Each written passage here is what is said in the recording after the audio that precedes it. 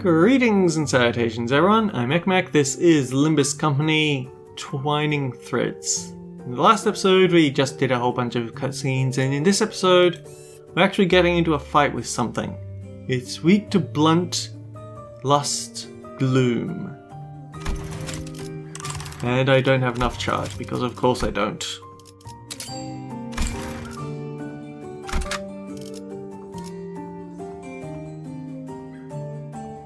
Ooh, we can call in everyone except for Gregor.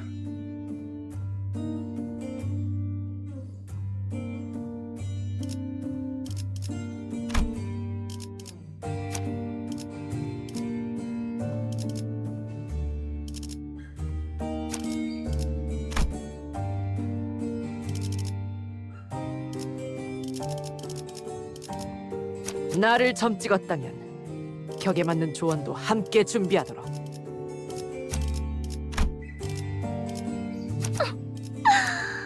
망치를 쥐고. I'll put them way in the back line just for safety's sake. Annoying that they are blunt resistant though, because this team's sole source of blunt damage is, well, way over there.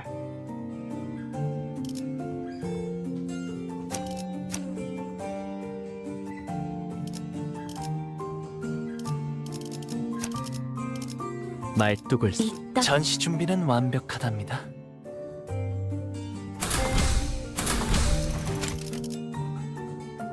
선원 집합. 이번 작품에 대해 논의할 시간이다. Only a few days have passed since our last visit, but the place looked markedly different from what we remembered. The sight of the hollow, frigid atmosphere and the endless stretch of corridors hadn't changed. But Callisto's so-called artworks were now covered in white sheets, and unfamiliar devices were affixed all around the back doors. Prithee, who might those people thither be? Looks like some shady bastards have moved in already. Our guarded reaction prompted Hohenheim to step forward and gesture to one of the oddly dressed figures. Seems introductions are in order for both sides.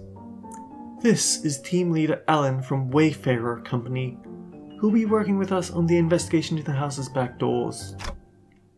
Wayfarer Company, the replacement for W Corp perhaps? A corporate entity partnered with Limbus Company, responsible for providing portal technology. It has on prior occasion been used to refer to as the new or aspirant W Corp, though the name is an unofficial one.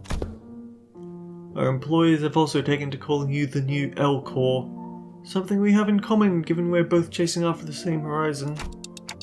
Ah, I remember that company vying to take W Corps' place, right? The same horizon. He's probably talking about getting recognized as a wing. After all, the old L Corps has already fallen, while W Corps, from what I've heard, is free-falling at this point. And these are the manager and sinners of the LCB department, our field operations unit, frequently deployed to deal with on-site matters firsthand. Maybe at some point they could give us a non-seasonal ID based on Wayfarer Company? No. They're too busy cramming as many seasonal IDs in, I think. They have more personnel, but the rest are tied up with duties elsewhere. Only a handful will be joining this investigation effort. I understand. Field operation units are almost always understaffed anyway. The support you've provided is more than sufficient. Alan gave an understanding nod. The man slipped off his bulky helmet before extending his hand in greeting. Pleased to make your acquaintance. The name's Alan, leader of Door Breach Team 4. I did not realize that was what you looked like. I need to give you a better voice. Likewise. Before Force could even relay my reciprocal greeting, words spilled out of Alan's mouth in a strangely uneven rhythm, as if my ding didn't bother him at all, like it was sticking to a script he had rehearsed. I heard great things about you, Manager Dante of Limbus Company, and the bus team's performance. You capitalized on the suppression of distortions at T-Core as leverage to push your products, and the profits were nothing short of staggering, I heard. Oh yeah, we're supposed to be distortion resolving specialists to the public. But what's that product part about? The manager says it was merely a matter of luck. They also look forward to working with you on this task. Oh, are you the interpreter? In that case, I'll be sure to consult the manager only when both of you are available. Sure. Force didn't seem particularly pleased with the role Alan had pinned on her, but she nodded anyway. She quietly came to my side and answered my earlier question while Alan carried on with Hohenheim. He was referring to the Monolith Sales Project. The credit was attributed to the LCB at the express request of Mr. Hubert, T. Cole's executive director. Oh, so that's how the rumor spread, huh? We've reviewed the agreements. Now I understand you'll be assisting in verifying what lies beyond the back doors. I'd appreciate it if you could share any prior knowledge you have about where the back doors connect, as detailed as you can make them if you don't mind. Hohenheim fixed Kira with a pointed look. Though Kira responded by defiantly cocking her head in a show of irritation, she still gave up a sliver of the information she had. Honestly, I'd pretty much nothing if it's about Robomonk and his room. I mean, I've seen Albina hit up that door and the other one over there when she was popping out to farm stuff, but... Farm? Oh, it's a... gathering material. I see, what kind of material? Human guts and all that. She'd come back holding piles of them. So they're probably connected to some back streets area. The back streets, any more details? Can you stop prying? You're low-key pissing me off. What? That's literally all I've got for real. For a moment, Alan leveled Kira with a stiff expression. And even before I could register what happened, Kira's head jerked to the side from a sudden punch by Alan. I thought Kira was nimble enough to dodge a surprise attack easily, but this one seemed to have caught her completely off guard. She stood there blinking, eyes rounded in rude surprise. Actually, it wasn't that he caught her off guard. It was the motion of the punch itself that somehow felt off. The fist being raised, the arm being extended, the blow making contact. The chain of actions was there, but it just didn't look normal. Did you just hit me? What the hell's wrong with... As Kira reeled from the unexpected strike, Don Quixote spoke up in a cold, sharp tone. Thou, what manner of discourtesy is this? Ah. With all that whining, I thought the brat could use a lesson to remind her of her place. I had no intention of damaging your company asset, of course. I simply assumed the level of warning would not be inappropriate in this case. Team Leader Alan. That sort of conduct may not be an issue in your organization, but it is here. Should it happen again, do understand we may choose to terminate today's joint engagement without delay. My apologies, I'll keep that in mind going forward. He looked like such a nice guy, but he's not. Alan stuck down without arguing back. But Kira looked far from satisfied with how Hohenheim handled the situation. He gets to sock me in the face and walk off scot-free. So frickin' annoying. Fortunately enough, her grumbling didn't escalate into her lashing out at Alan. That punch just now, though. What was that? It exhibited a behavior that defied the standard laws of physics. Presumably a form of technology utilized by Wayfarer Company.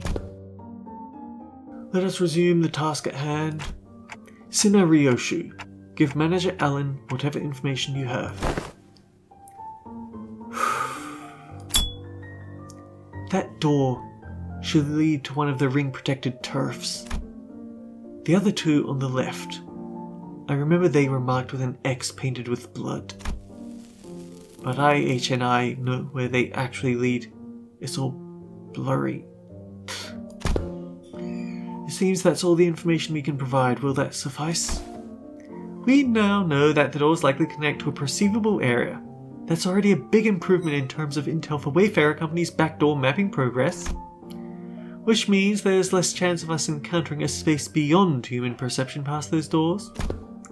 Alright then. I'll proceed with connection verification. Which door shall we test first? We'll start with the one Cineryoshi mentioned. Huh? You don't trust me at all, huh? Then why even bring me along? Ignoring Kira's jab, Alan began setting up various devices on the door, and soon an elegant white door opened before us. Shall we? Art thou joining us as well, young Hohenheim? Just this once, there are procedures for handling overfield operations. Okay, let's see what's in there. What the... Is this some kind of wildlife exhibit? The moment we stepped in, the lights hit us all at once, drawing squints and frowns from the sinners. Thanks to my lack of physical eyes, I could make out a room filled with statues or perhaps taxidermied animals? It felt like a gallery of sorts, but it was so quiet that the air itself seemed to carry a strange, somber weight. After a moment, someone shattered the silence, but it wasn't Don Quixote, our usual suspect. Holy shit, the scale is just insane! That's the whale from the 8 Association Great Lakes Special Issue! Kira, who seemed beaten down all along, exclaimed with a bit more energy in her voice. Man, seeing it in real life sure hits different. The Indigo Elder solo one-shots these monsters with a harpoon of his, huh? It's a Great Lake whale. Doesn't look like the one we encountered though. Organisms of various sources can be identified here. Singularity modified, outskirts born. They look almost alive, but they're not, right? No, they're not. The Robo-Unk did say that the ring had these zoos where they put animals on display alive. Man, this would have been way more fun if we could see the moving ones. Everything here is dead. Still looks crazy sick though, this vibe really hits. Even though she was trying to play it cool, Kira kept sneaking glances at a massive horn display off to the side, clearly surprised in a way she couldn't hide. That said, I felt a distinct shortage of hyperactivity given the presence of a certain someone in our party.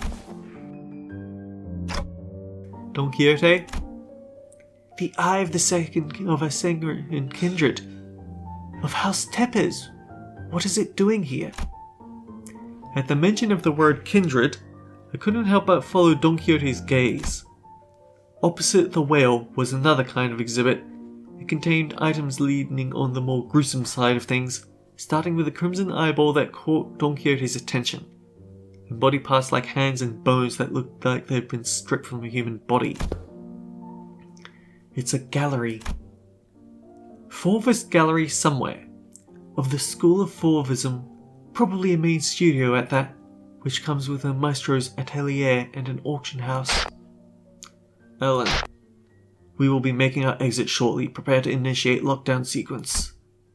Before Hohenheim could even finish his urgent transmission, numerous footsteps closed in from somewhere nearby. Turning toward the sound of shoes clacking on the floor, we found strange figures wearing animal masks, staring directly at us. That presence is kinda like Papa's. Ain't no way. That's not a raid, boss. We can clear at our level. We gotta get out of here. It's not that simple. Retreating is not a viable solution here. This door is connected to the House of Spiders. Escaping without installing a security system will invite pursuit. We must stall them until Alan is ready to initiate the lockdown sequence. As tension thickened, one of the strangers who wore a peculiar bone mask stepped forward. The voice that spoke to us carried equal part curiosity and delight. You came through that door?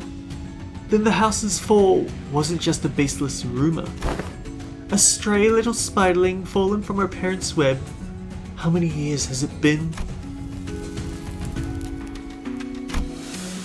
Who are you? Ah, right, it makes sense you would fail to recognize me. I used to wear a different mask back when I used to visit as your tutor, didn't I? A wolf, if memory serves right. Yes, that must have been when I was quite captivated by the sensation of tearing into raw, still thrashing flesh of living prey, and the predator's ferocious yet cavenously resonant howling. Rings a bell. You're that maestro whose whole lesson was a 3-hour sermon praising the intensity of primary colours and strength of living creatures. Benoit, was it? That's right! Emile Benoit! And you say you can't hatch a phoenix from a chicken's egg? Doesn't always apply, I see. Looks like that mind of yours is still sly as a raven, unlike your nurse father's. Don't presume. I only remember you because the docility of hides and guts made for a passable AW. At first glance, it looked like Ryoshu was casually taking a trip down memory lane with the maestro, but I had a feeling she was in fact dragging this out on purpose to buy us time. That look-down sequence thing, how much longer till it's ready? Young Hohenheim, the look-down sequence. Don Quixote, who had been shooting the ring members an incensed glare sparked by the discovery of the kindred's eye, swiftly relayed my words to Hohenheim without even a hint of her earlier shenanigans. I'm afraid progress and speed of the lockdown sequence lies in Alan's hands, not mine. It is by its nature a time-consuming work. We cannot expect haste. Perhaps that does make this a suitable juncture to trial Plan A. Plan A? Any suggestions that involve Don Quixote removing her shoes will not be dignified with a serious discussion. Instead, maybe what Hohenheim had in mind was nothing to do with Don Quixote's shoes because he opened his mouth as though he was about to retort to Faust's categorical rejection. But the moment that he followed Faust's eyes and saw what she was looking at, he quietly shut his mouth and said nothing further. Faith in potentiality is not something I dislike. As for this, however, this seems more like grasping at straws. At the end of the gaze was Ryoshu's blade, Arayashiki. I was going to try using it anyway. I've long wanted to see if a maestro's death is any different. Telling him that we were just leaving won't work, will it? No, it won't. Every individual present here would be quite the fascinating specimen to the artists of the ring. We are practically a windfall of inspiration and material that has so conveniently been delivered to them. It is improbable they would allow us to return unharmed. Faust is right, she and Hohenheim are geniuses, and Ryoshu is the wielder of Arayashiki. Don Quixote is a kindred of a higher generation, and I happen to house a golden bough in my head. I have no idea how much information the ring has on us, but even if they knew nothing, they wouldn't let us go so easily. Are you sure about this, Ryoshu? Doesn't matter if I'm SAT or not clock. Think of that woman as Lei Heng, and do as you did in HC's mansion. I'll take care of the rest. Right, that's probably our best shot. What Ryoshu meant was quite clear. Resonate with the golden bough, secure an advantage to fight on equal footing, then catch them off guard by slowing down the flow of time. A cut from the Arashiki, even if it doesn't give us a real fighting chance, might at least stall the maestro long enough to give us time to get away. I think I spent both my charges today though. I forgot that today was update. This floor of the exhibit only houses submissions from the students and the docents. But if you look closely enough, there are some partial ones that show the promise of excellence. And above all, this is the gallery of the School of Fauvism. And mine, the gallery of Emile Benoit. Which is why I would have preferred to take you without an unnecessary fight, if possible. A shame. Still, we're talking about a unique relic here, a masterless one at that. Acquiring the Arashiki makes it worth the cost. If you want a taste. Confusion flickered across Ryoshu's face as she tried to unsheath her blade. What's the matter? How? The lock the House of Spiders used to bind the Arashiki no longer exists, so why can't I draw the blade? Now that's unexpected. So the rumors of you mastering that relic, were they false? The maestro only gave a loose swing of her arm, but was enough to make Ryoshu recoil. A shadow of surprise crossed her face. The wound looked like nothing more than a light gash, yet the maestro's contemplative gaze shifted between the blood on Ryoshu's arm and on her own, as though the attack had been an experiment to prove a hypothesis. It wasn't hard to guess what she was thinking. Noticed, did you? I had my doubts from the moment I saw you today. Was the House of Spiders a success? Or a failure? Tell me, Yoshihide, what makes you think a serpent's defining strength is? What do you think a serpent's defining? What are you on about now? Ask any student and they'll give the same predictable answer. The deadly venom, the sleek scales, why, it's lamentably disappointing. The maestro advanced towards us with an assured certainty, then seized a beige thread dangling from the ceiling. No, calling it me a thread would be wrong. It was something that resembled a thread, yet felt much more disturbing. I, for one, have a particular liking for the jaw and spine. The flexibility of the spine linked with it like a chain, and the jaw, bound not by bone, but by ligaments that allow the animal to swallow its prey whole. Perhaps I should have said I admired their structural refinement. The thrice-coiled ring from on her ring finger gave a cold glint. The walls and ceiling suddenly began to echo with a sickening squelch and crack of flesh and bones assembling. What the hell is that? Which brings me to ask, what better way to claim this delivery of promising material with a single bite than a work of art fashioned from a snake? The maestro plunged her arm into the long serpentine body of a monster. Her sheer presence radiated a pressure as oppressive as that of the nurse fathers, only more primal and untempered. Consider it a privilege. This is the first time this piece has ever been exhibited to an outsider. Hohenheim, is the lockdown sequence still not ready? 1 minute to go, step aside. The attack from the ego gear Hohenheim hastily brandished didn't even last a moment. The weapon was knocked from his hand. As I scrambled to equip the sinners with their identities, something abruptly stopped the beast-like appendage midway through its hurtling motion. And the one who intercepted the blow... Shit! Was Kira, struggling to push back against the serpentine arm with her still-sealed blades. Kira? Did she suddenly have a change of heart I wasn't aware of? Shit, this wasn't the plan at all. Obviously not, she couldn't have changed her mind that quickly. Because the look on her face couldn't be anything other than that of utter regret. The middle, For someone who doesn't seem to be a proper member, you've inked quite the quantity of tattoos onto yourself. Ah, you must be the new kit Matthias took in. Why'd you stand in my way? Fucked if I know. I'm already regretting it, alright? Damn it, they're never gonna dish me here. Why did I even... Must be instinct taking over. Couldn't only fully shake off the opponent's killing intent. So the body chose to clash head-on. So the behavioural facet of the psyche can be controlled with suitable training. Unexpected data, but useful to be sure. Shut it, mister! Quit yapping, and let me use my blades! Authorized and ready. Lifting locks. Now!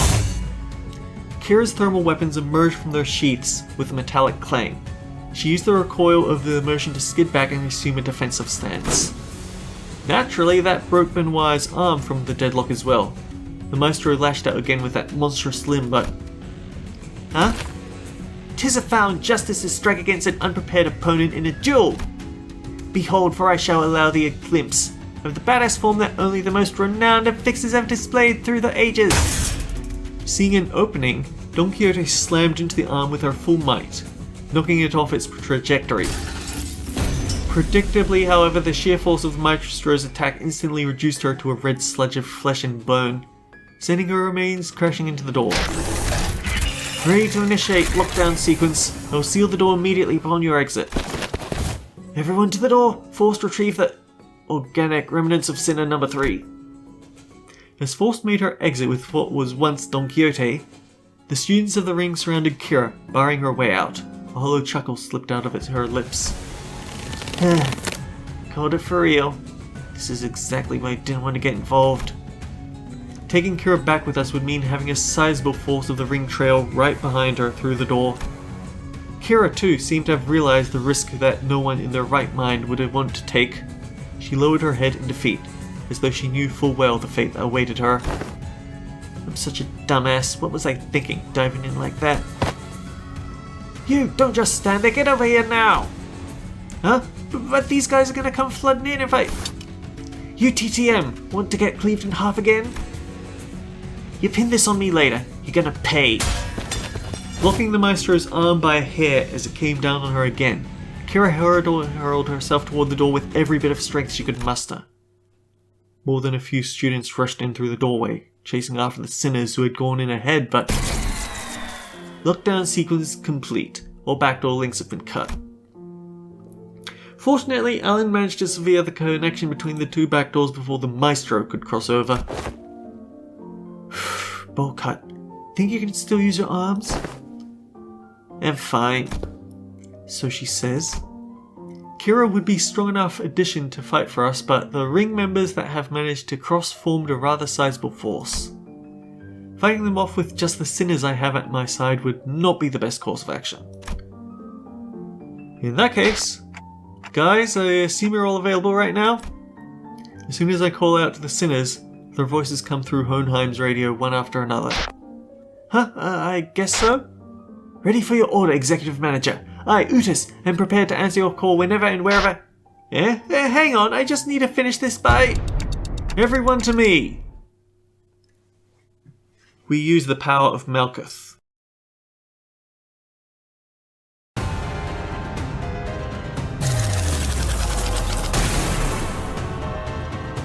Hi, Kira. Time for some warm-up. Deal bonus blunt damage. If this unit has augmentation tattoos, it's crossed out. If this unit has augmentation tattoos, deal extra bleed. When in thermal blades on, this skill activates thermal blade effects. Grudge. Bleed count. Envy damage. If this unit has middle-styled augmentation tattoos, inflict bleed count on coin hit. Violet Breaking Slam. She has a 50% chance to paralyze but consumes all of her grudge. Thermal Blades off, but at enough of her tattoos she gets Thermal Blades on and inflicts burn with skills that inflict bleed. If more than 2 skills gain excess skill hit, okay. When an ally is hit, gain grudge. At max grudge, use a powerful attack. And max out her stack when she runs out of enough health.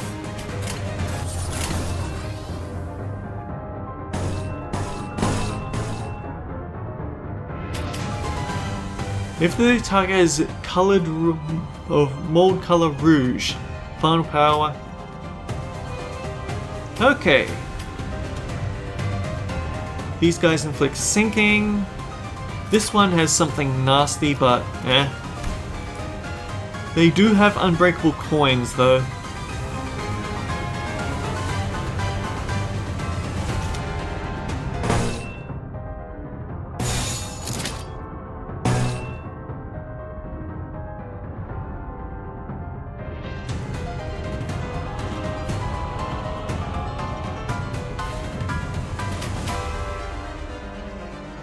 Oh, okay, so that's intercepted by Kira.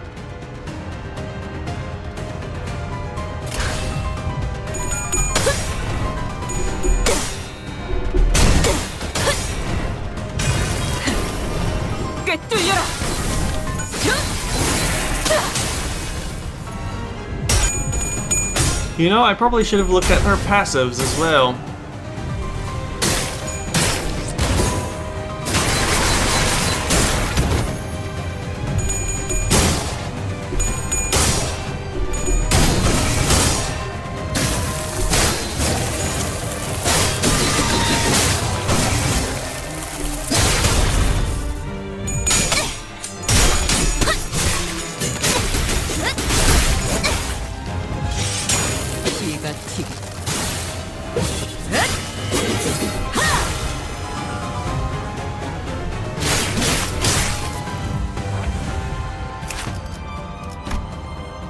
If target does not have bleed, inflict 3 bleed count once per turn per enemy.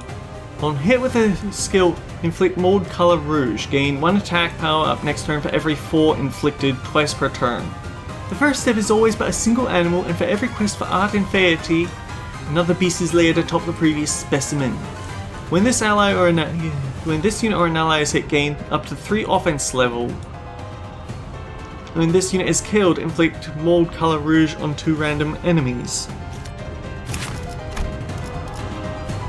And this one is mold color blue. There are beasts that fall in and out of rouge with the School of Fauvism, yes, but a true artist must take fierce pride in that single animal as their understand drawing, which best represents their unique self. Despite this wisdom, however, there are those who flit from beast to beast as if the self is nothing more than a costume to be worn and discarded.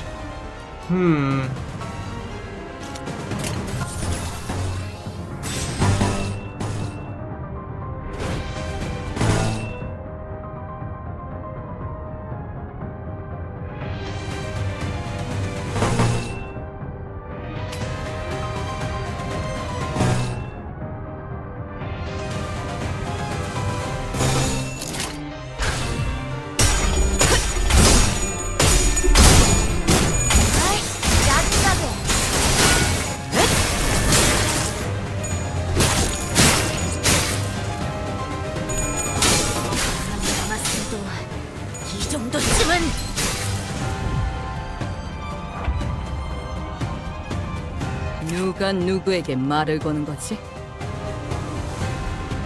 We need envy. We need a couple of envy points to get this in order. Now, how many enemies did we have? 10.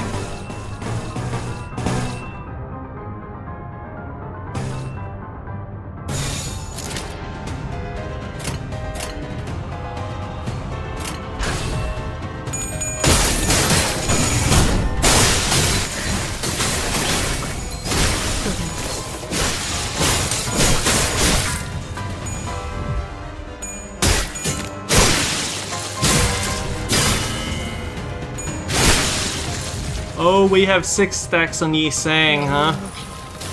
When hit, gain bleed potency. Turn end, gain defense level down. When hit, gain sinking potency. At 5+ stack, lose 5 SP and lose a stack at turn end.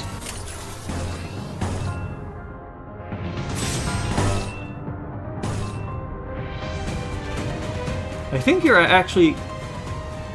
You aren't max hard blood, but you should have it from this attack.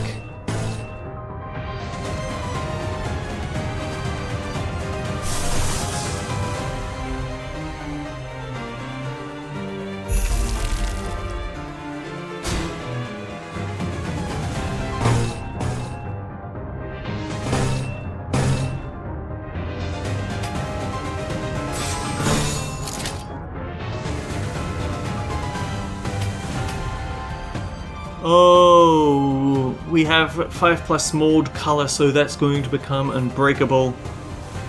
Darn it! Oh wait, no, that's hitting Heathcliff. Heathcliff is currently under Ishmael bonus. That might still be doable.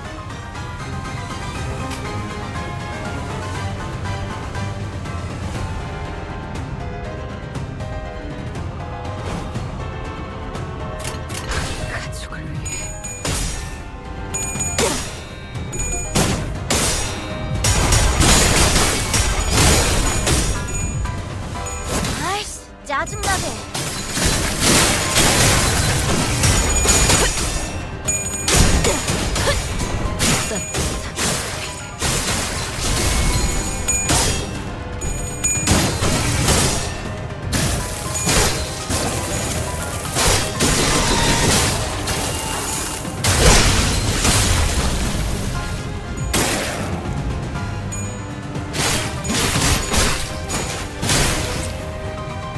Art!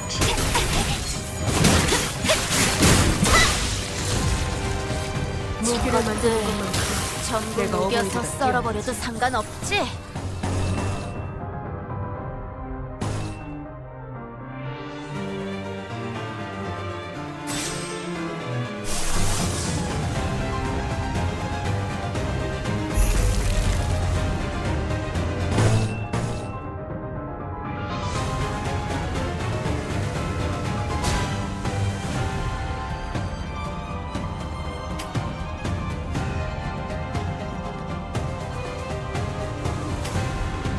누가 누구에게 말을 거는 거지?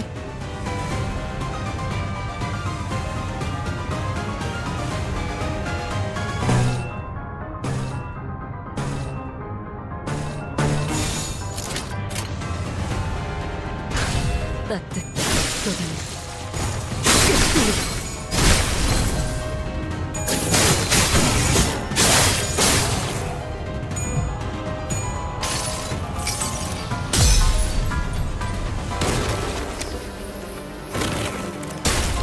Is this all one episode? I think this is all one. I think this is all one chapter.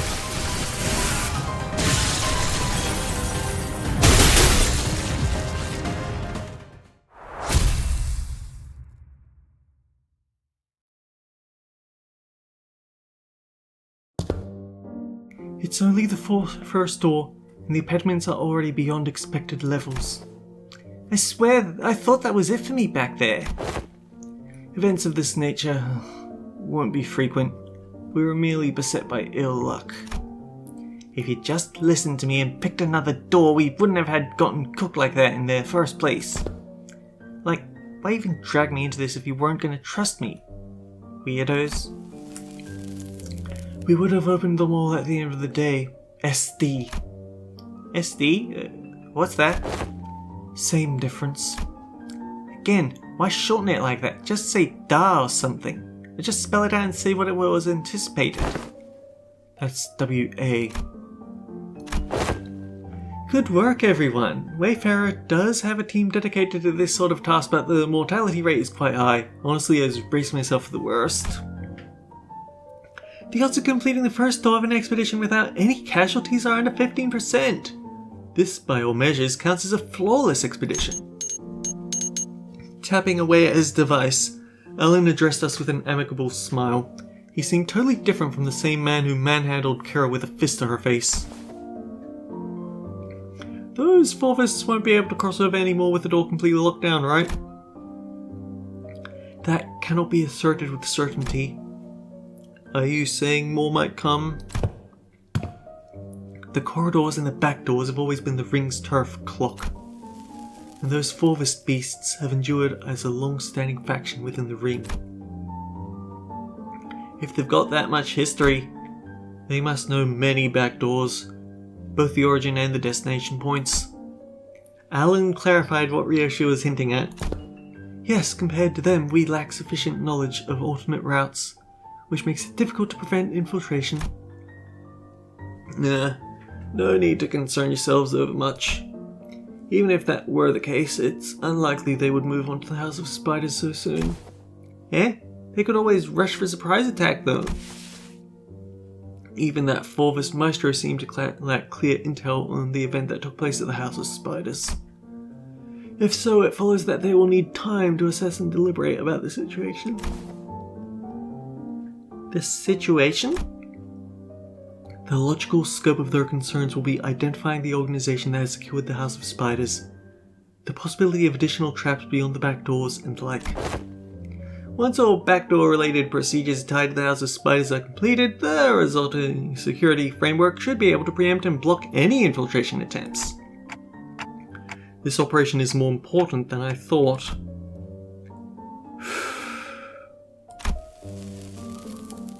That aside, why couldn't I draw the blade? Is it the new scabbard's fault? Ryoshi lifted the sheathed sword with an irritated frown. And that's when I felt a faint vibration. The blade was twitching ever so slightly. That quivering most faint! 'Twas seen by all indeed!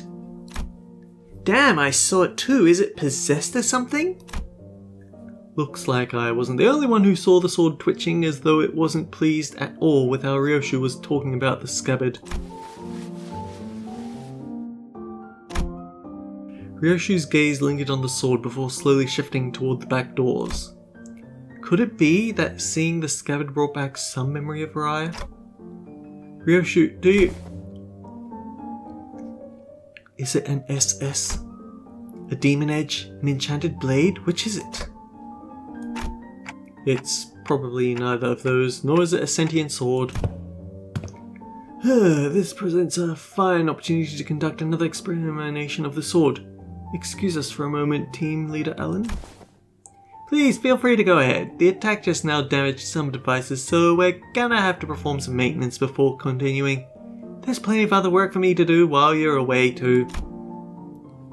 Are we to return to the headquarters researchers facility then? No, that won't be necessary. There's a facility here that should prove more than adequate.